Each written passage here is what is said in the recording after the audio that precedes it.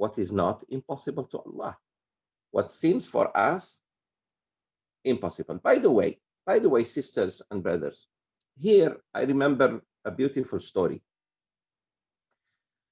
Uh, you know, most of the things we cannot do, it's because we think we cannot do.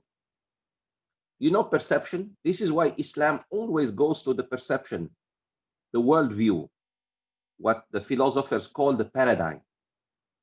How you see things. If you see the world beautiful, then the world is going to be beautiful. If you see life good, then life is going to be good to you. If you see that there is hope, if you stay positive, then you will win over all your challenges. But if your mind is negative, if you are deep inside defeated, or if you say to yourself, I cannot do it, then you will not do it. Here is a nice story. One of the students at the university slept while the teacher was talking, like most of you sleep in my classes anyways. Slept. It was mathematics class. So he slept. When he woke up, it was because his friends, his colleagues, were leaving the classroom because the teacher has completed the class. It was a university classroom, huge, so the professor cannot see everybody. So he took a nap, and when he got up because his friends were making noise to leave the class. So he saw something written on the board. He went and he wrote everything that was written, feeling guilty that how can he sleep in class. So he thought that was what we call the homework. So he went to the library and started working extremely hard on those two, what we call questions. He thought those two questions were his homework. So he worked so hard. He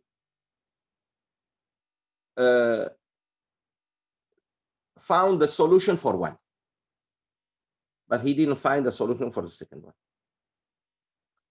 So a few days when the class resumed, he went to the professor and told him, Professor, I did my homework. Here it is. The professor said, which homework you did?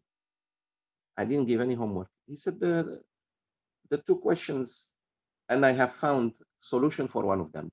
The teacher said, impossible.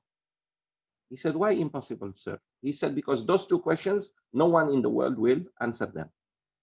This is where I just gave an example last class to all the students, including you. The professor is talking that these two questions, no one in this world can solve them. And you are telling me you solved them? You solved one of them? He said, yeah, here it is. So there were 4 pages. When the professor reviewed that with other professors, they found, yes, the student was right. And up to today, these 4 pages are kept in the handwriting of that student, and it's named after him. Why did he do it? Because he didn't hear the word, no one can do it. When the professor said no one can do it, that boy was asleep.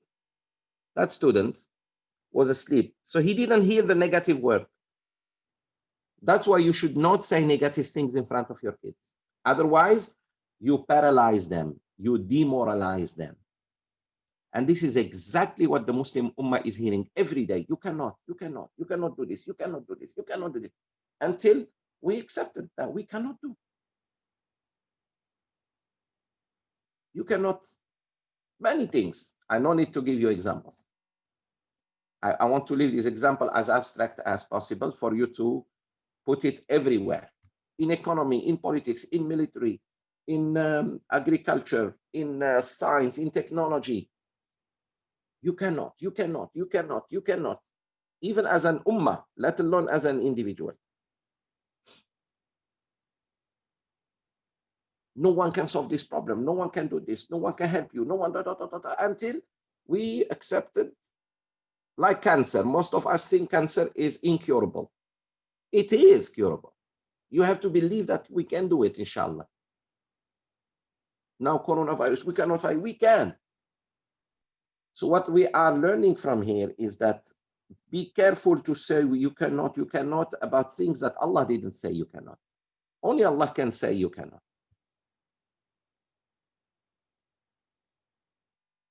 But people, so that boy, that student in the university has solved what was perceived impossible simply because when the teacher was saying these two questions in mathematics, no one can solve.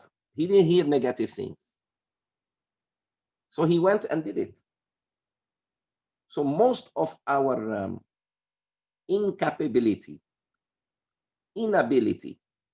of doing things and performing is because we heard and we still hear that you cannot, you cannot, you cannot.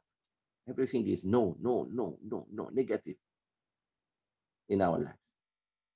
Must try, must try. Do you know how many times I heard you cannot come back to Algeria, to Malaysia because of the coronavirus? Alhamdulillah, here it is. I mean, astaghfirullah, astaghfirullah. We have to keep trying.